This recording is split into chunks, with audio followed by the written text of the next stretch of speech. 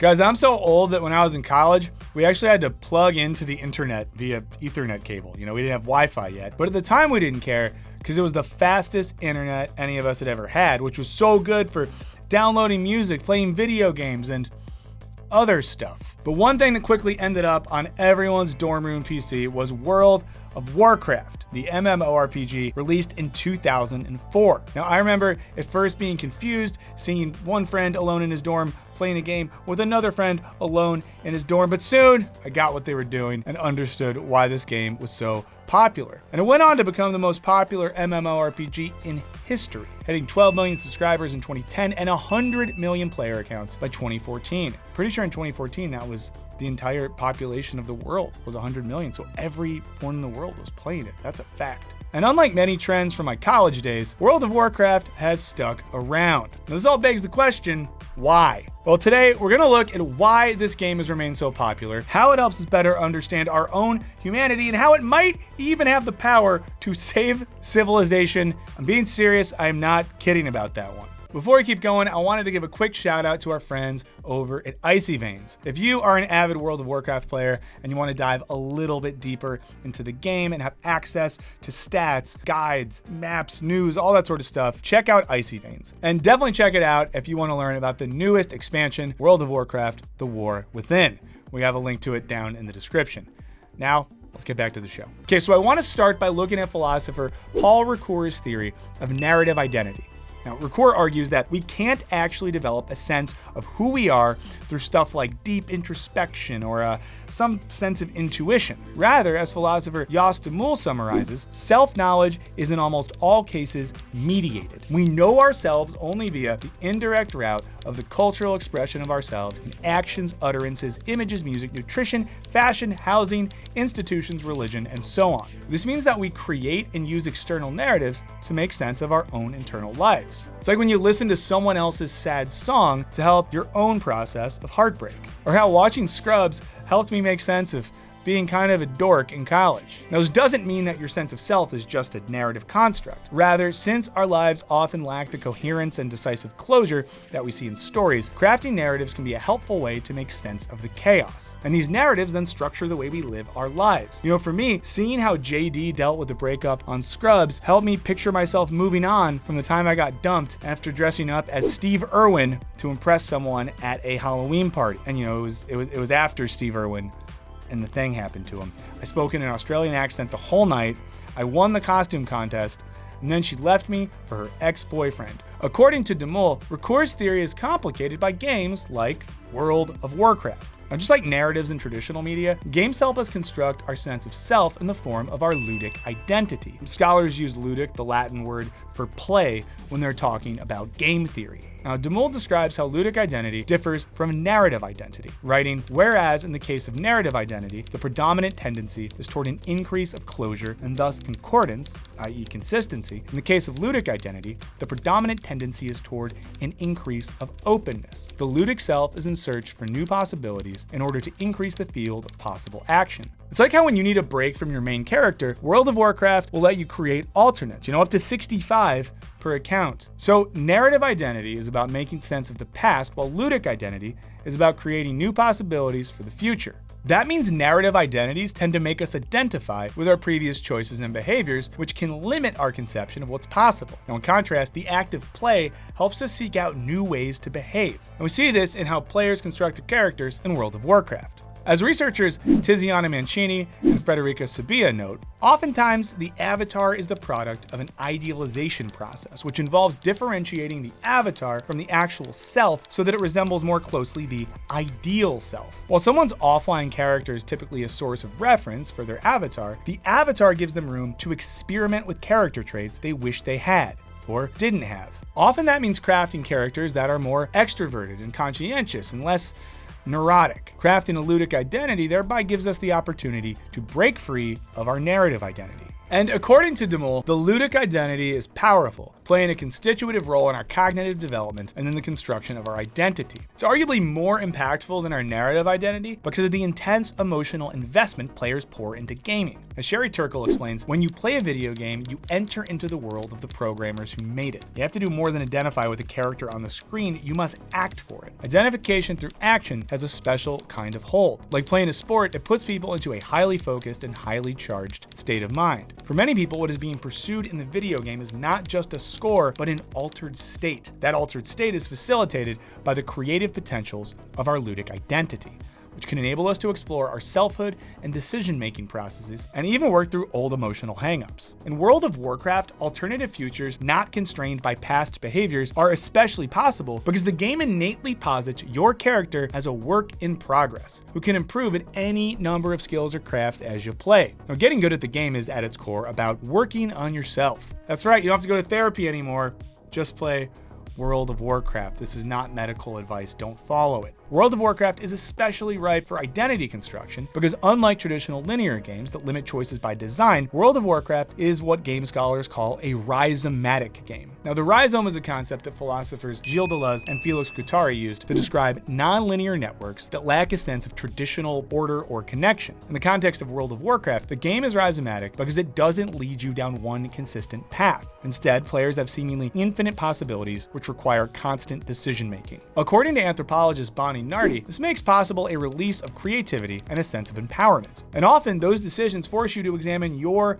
fundamental morality. One study from 2012 found that video game players, rather than disengaging with their real-world sense of right and wrong, rely heavily on their gut sense of morality, making gameplay less a chill way to blow off steam while shooting murlocs, and more like a process of actualizing your own ethical code in a different setting. And for De Mol, the act of forming your ludic identity can have profound implications on your real-world sense of self. Indeed, organizational researcher John Seeley Brown even said he'd rather hire a level 70 guildmaster from World of Warcraft than an MBA from Harvard for a corporate job. All right, now we're gonna push in. Okay, do not go all the way into the throne room. Stop in the room before the door entrance. Please, guys, do not be cheesy. Do not run in there, do anything crazy. Because convincing your guild that it's worth just one more try at that 3 a.m. raid for a chance of a sweet loot drop isn't all that different from rallying your office underlings to finish their deliverables on a big project. Don't we all hope that our managers also play games so they're just like us? But rhizomatic games like World of Warcraft aren't just helping you fine-tune your identity in a vacuum. It's also a deeply social game. Indeed, one study found that players' favorite aspect of the game is the social interaction it facilitates. So let's see how our in-game interactions are actually shaping who we are and how we behave right here in the real world. It helps to view World of Warcraft as a subculture, specifically a leisure subculture. As scholar Renee Glass notes, functioning in the subculture requires a social contract, social etiquette, and other behavioral protocols which govern social interaction. For example, you go looting with your teammates, and when you're divvying up the spoils, you're supposed to honestly choose need or greed when you roll. And players take the honor system seriously. You know, pretending you need something you're merely planning to sell, especially if another teammate actually needs it, can even get you kicked off a team or out of a guild. Succeeding at the game requires collaboration, which creates incentives to conform to these social norms. There's often a general sense of reciprocity on display, even in fleeting interactions, like when you do a kill assist to save a random player a trip back to the graveyard, or when tailors in capital cities stitch bags for new players. But attaining mastery at certain skills doesn't just help your character, it can also build your social capital within specific communities as you collaborate on ever more difficult raids. As scholar Eric T. Lofgren writes, friendships are formed within the game. Large numbers of players work together for months to achieve common goals, and many players strive to create a believable alter ego in the virtual world, complete with the weight of responsibility and the expectations of others. Because of this, some scholars argue that MMORPGs aren't actually games, but sprawling social spaces. Research led by scholar Dimitri Williams concluded that while games can't completely compensate for the so-called loneliness epidemic that plagues contemporary life, they can provide space for civic revitalization, i.e. making people feel like part of a community. And we see this across digital gaming environments, which are generally characterized by shared, arguably stressful activities that are particularly effective at facilitating identity fusion, especially when the experiences are challenging and engaging. Consequently, researchers find that the resulting friendships are more intimate than friendships formed in other online spaces. But specific aspects of World of Warcraft may be extra conducive to community building, such as the raid scenarios that require players to repeatedly coordinate their movements while under intense pressure. I'm coming up with 32.33, repeating of course, percentage of survival. Thomas M. Malaby argues that this kind of collaborative action in urgent conditions is highly generative of trust and belonging. So you get all the bonding of military service without the trauma of knowing that you might have killed people. The social elements of World of Warcraft can even take precedent over the competitive aspects, potentially subverting the game designer's intentions. Williams & Co. found that 60% of players interviewed reported belonging to a social guild, and their behavior within those groups led researchers to conclude that members and leaders were aware of the need for a certain level of maturity, responsibility, and player welfare. They concluded that the level of mutual care exhibited in these groups is remarkable given that the game is centered ostensibly around functional, not psychological or social goals. It is clear that social guilds go well past the game's goals in creating and maintaining community. Just as your identity within the game differs from your real-life identity while still being authentic to who you are, the ways you socially engage while gaming also reveal this authentic character. As media theorist Marshall McLuhan writes, like our vernacular tongues, all games are media of interpersonal communication, and they could have neither existence nor meaning except as extensions of our immediate inner lives. But what does this game-facilitated sociality look like when it steps outside? Can it tell us anything meaningful about society at large, or even shape what society looks like? Now, we've seen how World of Warcraft shapes individual and communal identity, but for McLuhan, games also function as mirrors to society, culture, and politics. They serve as a reaction to the material conditions of the real world, which means that it isn't always pretty. As with any online community, World of Warcraft has its share of cliched, trollish behaviors like player killing. McLuhan notes that it is precisely a game's ability to mirror everyday life that makes it so compelling. Writing for fun or games to be welcome, they must convey an echo of workaday life. On the other hand, a man or society without games is one sunk in the zombie trance of the automation. Art and games enable us to stand aside from the material pressures of routine and convention, observing and questioning.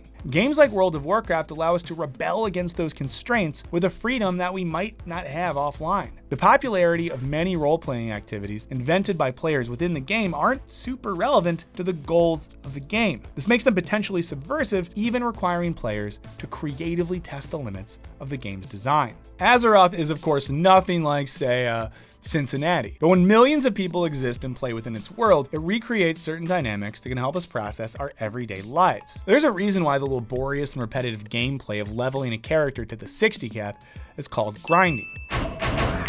As McLuhan puts it, games are a sort of artificial paradise like Disneyland, or some utopian vision by which we interpret and complete the meaning of our daily lives. Aspects of World of Warcraft, like its emphasis on self-improvement through difficult and repetitive work, mirror real phenomena, and provide catharsis from the pressure of our daily lives. And this is why, somewhat remarkably, the way players conduct themselves in game can offer a viable model for how large populations might behave in real life. Let's consider the Corrupted Blood incident of 2005, when the boss of a new region, Hakar the Soulflayer, cast so-called corrupted blood onto raid participants. Intended to remain contained within that region, some programming oversights resulted in corrupted blood spreading across the game world, partly via infected animal companions and asymptomatic NPCs. Shout out to all my other NPCs out there, I see you, but I can't do anything about it. It's eerily prescient of what went down in 2020. As a number of gameplay elements helped fuel the uncontrollable epidemic, the elderly and children died off. Meanwhile, players with healing abilities acted as first responders,